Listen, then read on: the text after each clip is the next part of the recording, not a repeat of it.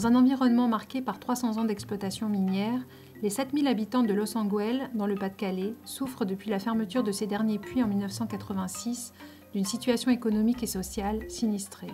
C'est la résilience d'un territoire que le grand reportage a choisi d'illustrer, en montrant comment la politique impulsée par le maire vise à recréer confiance et estime de soi, en mobilisant les habitants autour de nouvelles éco-activités créatrices de richesses et d'emplois, mais aussi en leur permettant de se réapproprier leur histoire, notamment autour de symboles forts, tels que les terris réhabilités et récemment inscrits au patrimoine mondial de l'UNESCO.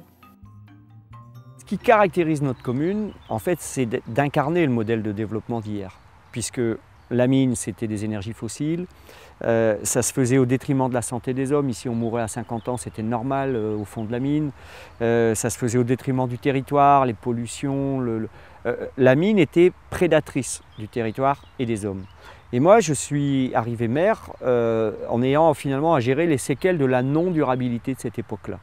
Et ça m'a amené dans une prise de conscience progressive que comment on allait pouvoir redonner de l'activité économique, redonner de l'attractivité au territoire, de la qualité de vie.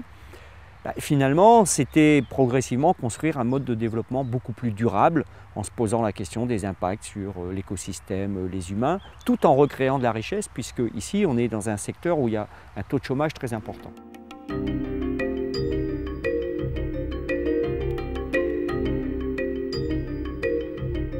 Alors on est ici en plein pays minier, lieu du développement non durable où on a voulu développer des activités de développement durable. Et vous êtes ici dans ce qu'on appelle le théâtre de l'éco-construction. Notre mission, créer de l'emploi dans le secteur donc, des éco-activités, de l'environnement, parce que notre région a des atouts là-dessus. Premier domaine, vous le voyez ici, c'est l'éco-construction, l'éco-matériaux pour faire de la rénovation, de la reconstruction, de la réhabilitation ou de la construction neuve, et avec un certain nombre de techniques et de technologies qui sont présentées ici et développées. Sur ce domaine, on veut, pour les artisans, pour les architectes, pour les bailleurs sociaux, pour le grand public, qu'ils puissent voir, toucher et comprendre comment ça va se passer s'ils veulent répondre aux exigences du futur ou avoir des maisons de qualité ou des rénovations de qualité. Donc on accompagne des créateurs, on accompagne le développement d'entreprises et on accompagne des laboratoires sur l'ensemble de ces sujets. C'est ça notre mission.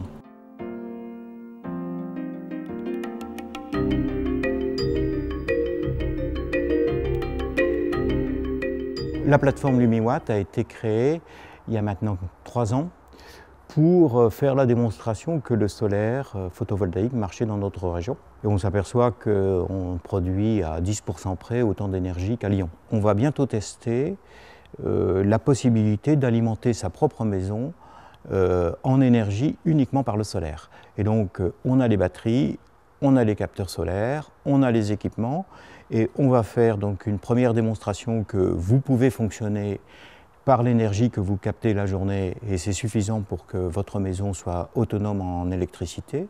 Et on va regarder aussi comment ça peut fonctionner pour un écoquartier. Donc une des autres phases, c'est comment s'il y a 200, 250 maisons ou 30 maisons, on peut faire un système intelligent et réparti de production. Donc on n'aura plus les panneaux solaires sur chacune des maisons, mais on pourra l'avoir à un endroit bien concentré et donner de l'énergie à tout un quartier.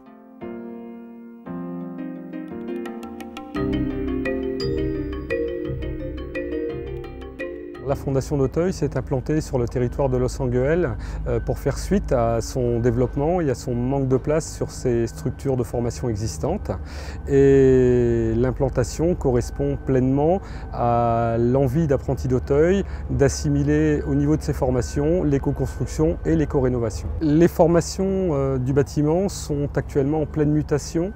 Et l'intégration des écomatériaux et des techniques associées à leur mise en œuvre nécessite une mutation assez importante également au niveau de la formation.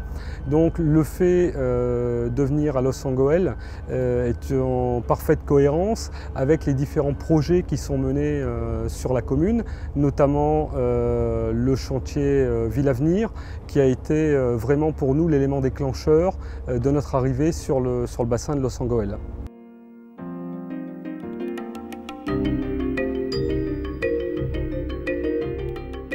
Si à Los Anguel, on est capable de montrer qu'on peut faire de l'éco-construction et que ça marche, qu'on est capable d'observer le retour des espèces. Le pic vert est revenu dans le jardin public de la ville. Ça faisait un siècle qu'on ne le voyait plus. On a obtenu un pôle de compétitivité, des structures de recherche, alors que pourtant on n'est pas dans un territoire réputé pour son innovation. Ce sont des résultats qui prouvent que oui, on peut avoir des maisons plus économes, oui, on peut avoir à nouveau des nouvelles filières économiques qui apparaissent. On a ici maintenant une expertise suffisamment forte pour qu'on aille faire aussi donc, de la présentation de cette expertise ou de l'accompagnement de cette expertise ou même du transfert de cette expertise dans d'autres pays. On est présent cette semaine en Australie, on est présent en Tunisie, on est présent et on collabore avec le Québec là-dessus, on va être présent en Pologne et donc il y a pas mal d'acteurs qui viennent chercher maintenant à partir de cette reconversion qu'on a su faire, donc des savoir-faire et des façons de redéployer ces nouvelles activités dans leur pays. Le Brésil est très demandeur, la Tunisie est très demandeuse, le Maroc est très demandeur et la Pologne vient nous rencontrer au mois de septembre pour qu'on aille aider à dupliquer la reconversion de leurs zones industrielles ou de leurs zones minières vers ces nouveaux métiers de l'avenir qui sont les métiers des écoactivités.